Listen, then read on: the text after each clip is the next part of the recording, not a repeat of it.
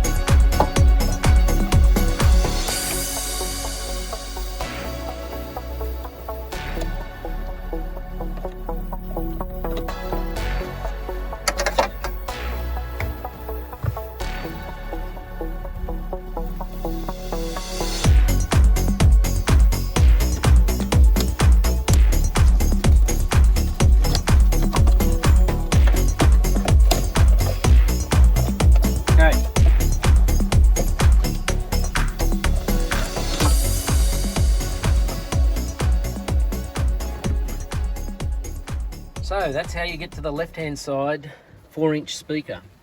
You've got a little bracket down here that you want to hang on to, that bracket there. I think it's maybe an 8mm nut, and then one on the top here as well. And you just undo those, take that bracket off your existing speaker and put it on the new one. That's about it. We'll move over to the right-hand side now. Okay, so this right-hand speaker is a bit trickier, but nothing to be scared of. It's quite simple actually. You just take this 1, 2, 3, 4 screws out here. You might also want to take out the back here. If you've got any screws holding that in, they sort of just clip in.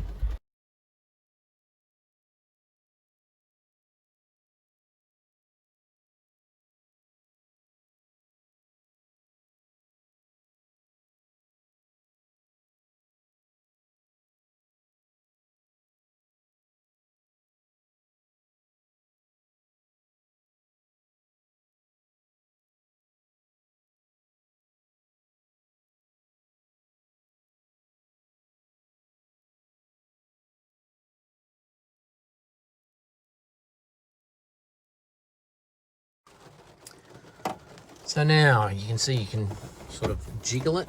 See there? It's only held on at that back bit now. That should just sort of nicely slip out with a bit of a pull either side. That's got him. And then that just removes. Put that off to the side somewhere. And this is what you're left with here. Get rid of your wires, and there's your speaker there. Now you may want to remove this, which is the same setup over the back there. There's a little screw in there, and if you want to get to that, basically you're going to want to take your instrument cluster out, and that's not a big job, which is just a matter of taking out that one and that one and that one and that one. So if you get that out of the way, then suddenly it's not such a daunting task. Once again, just remember to hang on to this bracket from your existing speaker and then attach that to the new one. So here you can see I've put some nylon spacers just to hold the speaker up off that grill.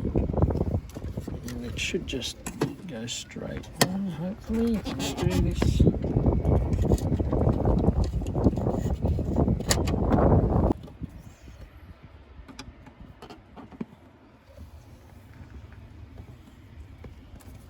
because sometimes big buffheads stick their knees into those and bend them in. So tip number one would be, if they are bent in, just push them back out gently from the inside. Gently just massage them back out. Okay, tip number two, a few things about your speaker. So I got these from J-Car. That's what they are, 4-inch speakers. I got reasonably good ones because I actually want to use these speakers as my CB external speakers. So you'll need to have at least one upper and lower securing point. This came with 4 and I just broke that off because that was in the way, and you just bend them to get rid of them. Just 2 quick things about speaker wires is that they are color coded. So if you Google it, you'll see that the white like this is your front left speaker, and I think it's grey might be your front right, and then your rears are, I can't remember now, purples and pinks or something like that, but if you Google it you'll find that. These are just going to be an extension speaker off my CB, so I've got a left and a right, so this will be on my front left and the grey will go on my front right. And the second part about your speaker wires is they'll normally come crimped, like that's okay, and it'll do 90% of the time, but I just like to put a dollop of solder on it as well, and that just sort of locks it in there. It's only very thin wire, so if I can get a bit of a blob of solder in there, it just makes me happier. So you might want to do that as well. Pretty simple. You just find a way to hold it secure somewhere, like a bench vise. You get your nicely heated soldering iron and whack a bit of solder on the actual iron itself. This helps transfer the heat through, and then whack it on the back of the fitting, and then away you go. Just a couple of dollops, that transfers through, and then you've got a nicely soldered connection. And then ideally, like these ones I got, you want a bit of insulation to go around the outside of it just to protect it. Still a bit hot. Here's one I prepared earlier. Just enough solder to ensure you've got a good electrical connection, and then the crimps sort of do the mechanical side.